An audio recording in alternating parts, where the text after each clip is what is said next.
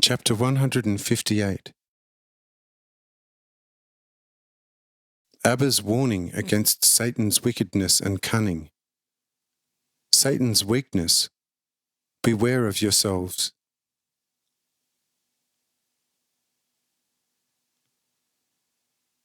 When the great enemy of life had disappeared, Abba said to the children clinging to him, "Little children, did you hear what the arch-liar dared talk in my presence? Therefore, beware of him, lest he talk you over and bring about your fall. For great is his wickedness, and his great slyness and cunning match his wickedness. So be 3 times as careful in front of him. He is a reprobate spirit, who is not prepared to ever mend his ways or recognize me as the sole God of all holiness, might and power, but is only intent on absolute power, always trying to weaken and finally destroy me, so that he may then assume all power over the heavens and all the worlds. Should he succeed in this, he would then, in his immense hate towards me, want to destroy everything that now exists. And once he had succeeded in this, to bring about a new creation at his pleasure. However, in this new creation there would exist nothing of eternal duration, but the existence of everything would only depend on his utterly free, arbitrary action, and exist only for as long as it afforded him some sensual pleasure. Once this had given him full satisfaction, an entire creation would promptly sink back into nothingness, and another one again come into being for his sole pleasure. He would never create beings fully in his image, as for instance a man, but rather a woman for his sensual gratification. However, she must be extremely sensitive, so as to render her very receptive for all sorts of excesses to amuse him. In short, his ideas are so abominable that even a highest angel could not grasp them in their fullness. Therefore, do beware of him.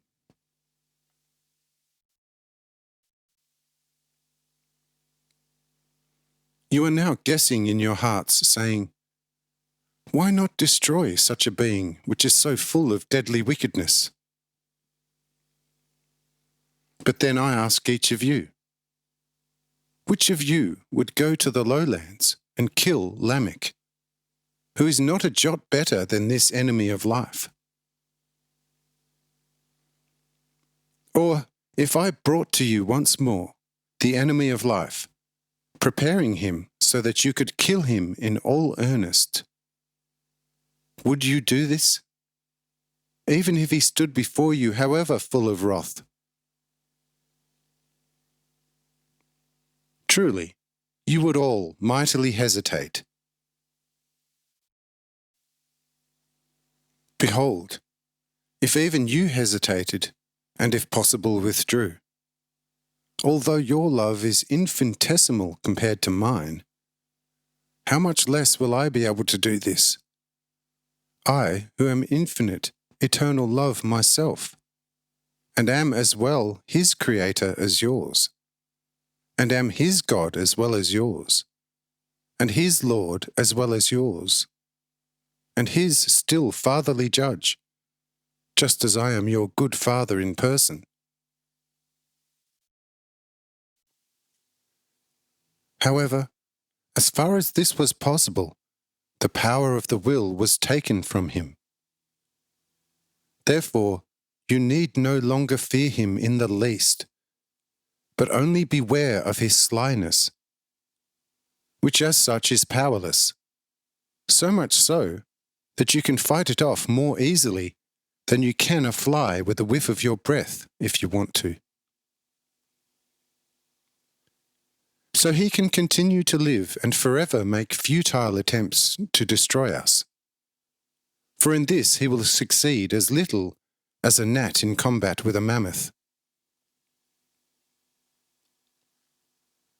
But again, you are asking in your hearts, wherein does the slyness of the enemy of life consist, which we should recognize and of which we should beware? For who can beware of something he does not know? Little children, you are right in asking this in your hearts, but all the same, your question is really futile. For the enemy of life can and may not approach anyone. Thus he cannot seduce anyone with his cunning. However, if a man lets himself be seduced by his own heart, becoming proud, arrogant, voluptuous, worldly, and egotistical, then man himself spontaneously comes closer to the enemy of life, becomes one himself, and is not seldom worse than the actual one in question, of whose cunning you must beware. When the real enemy of life notices such a kindred neighbour beside him, he no longer spares any effort to bind the one to him, who in his great semblance to him had willingly approached him. Look, only then does the enemy's cunning to win over such a friend forever become effective. Therefore, whoever wants to escape the enemy's cunning shall be a faithful and watchful shepherd of his own heart, turning the same carefully to me. If you heeded this always, truly you can believe it. It would be easier for you to pull down the sun from the firmament than for the enemy of life to approach such a man with his cunning. So you shall not be fearful, for nothing can happen without my permission. However, if I do allow something, I have always the very best of reasons for it.